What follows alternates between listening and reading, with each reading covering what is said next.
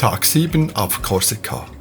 Den zusätzlich gewonnenen Tag nutzen wir, um vormittags die malerische Hafenstadt Bonifacio zu besuchen. Sie liegt an der Südspitze Korsikas und ist durch seine Lage hoch auf den weißen Kreidefelsen einer schmalen Landzunge wohl die beeindruckendste Festungsstadt Korsikas.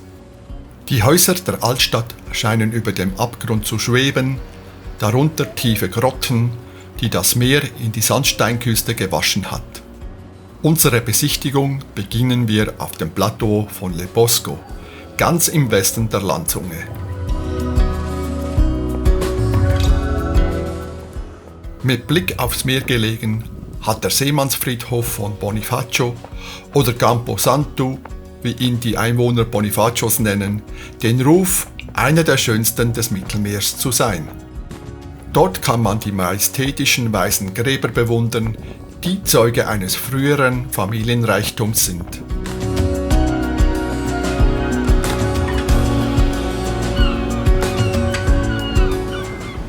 Direkt neben dem Seemannsfriedhof, an der äußersten Spitze der Halbinsel, hat man eine fantastische Aussicht auf die Klippen und die Hafeneinfahrt von Bonifacio.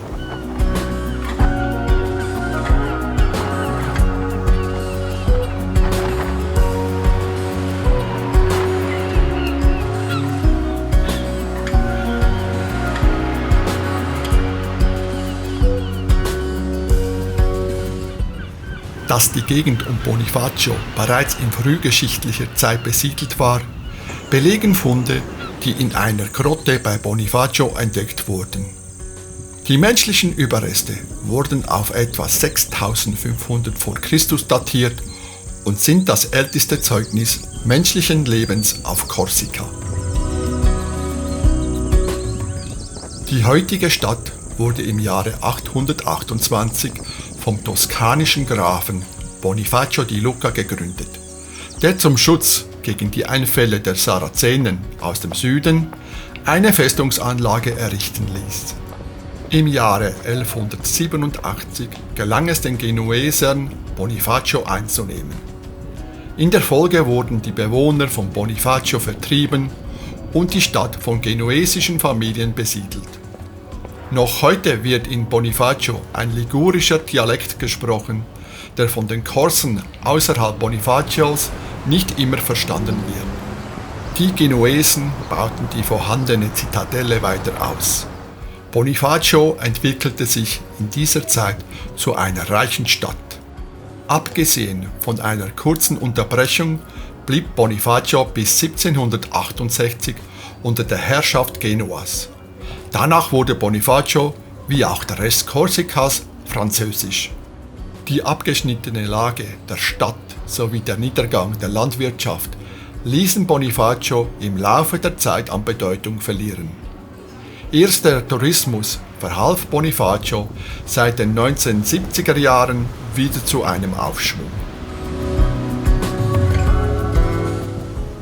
Am Ende der Altstadt beginnt die eigentliche Zitadelle mit der Bastion de l'Étennard aus dem 15. Jahrhundert. Die imposante Festung neben der Porte Genèse beherbergt heute ein Museum, das Szenen der Stadtgeschichte zeigt. Die Zitadelle selbst war bis 1983 Stützpunkt der Fremdenlegion und beherbergt auch heute noch französische Einheiten.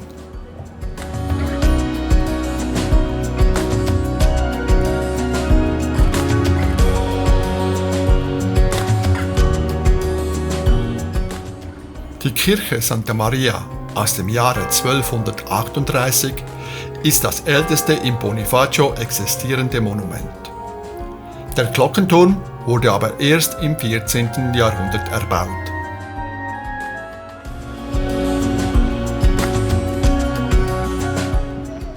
Bonifacio würde noch viele weitere Sehenswürdigkeiten bieten, doch unsere Zeit ist begrenzt und uns zieht es weiter ans Meer.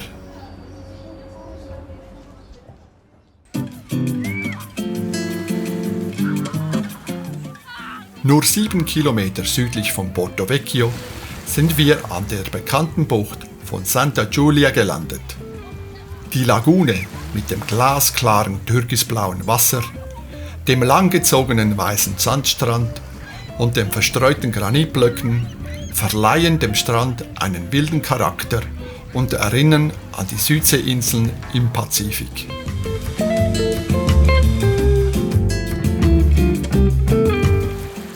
Ein perfekter Ort, um etwas zu entspannen und neue Kräfte für die kommenden Tage zu sammeln.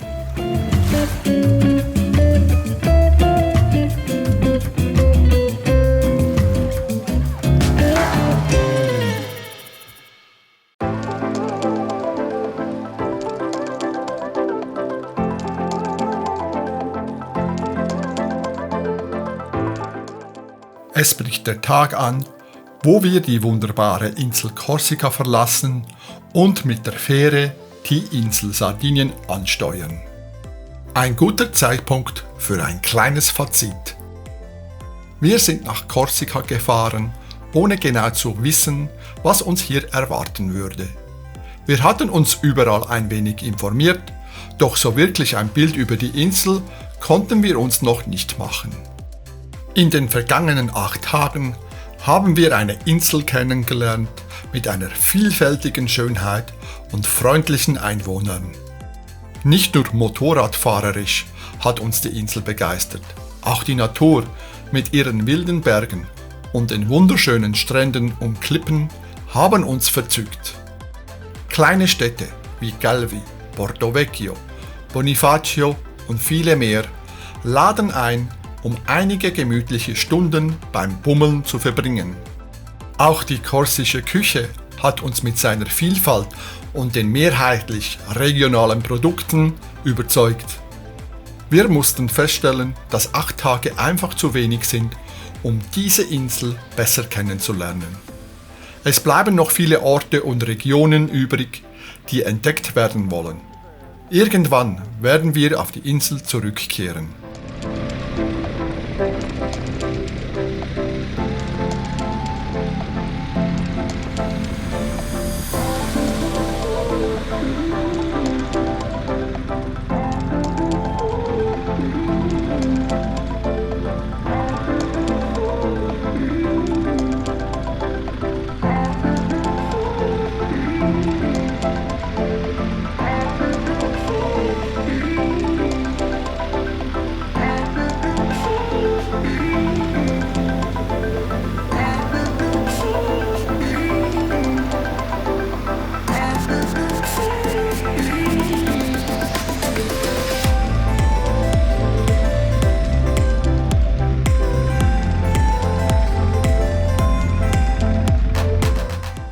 Nach einer kurzen Fahrt erreichen wir den Hafen von Bonifacio, wo kurz darauf die kleine Fähre nach Sardinien anlegt.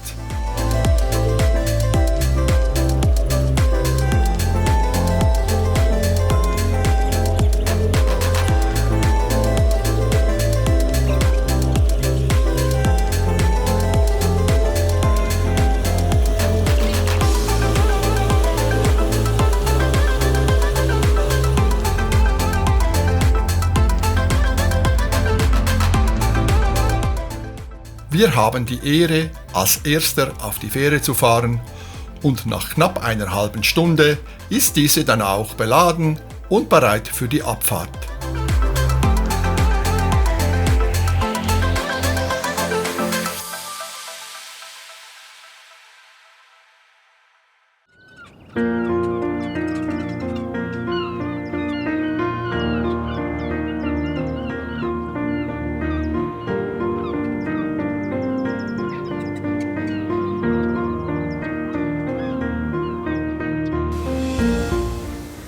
Die Fähre legt ab und verlässt den Hafen.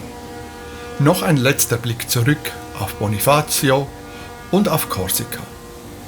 Wir sagen Danke für die Zeit, die wir auf dieser schönen Insel erleben durften. Ein Danke geht auch an alle, die uns bis zum Schluss zugeschaut haben und sagen somit ein letztes Mal Au revoir oder auf Korsisch Arrivederci. Es würde uns freuen, wenn ihr bei den nächsten Videos über Sardinien wieder mit dabei seid.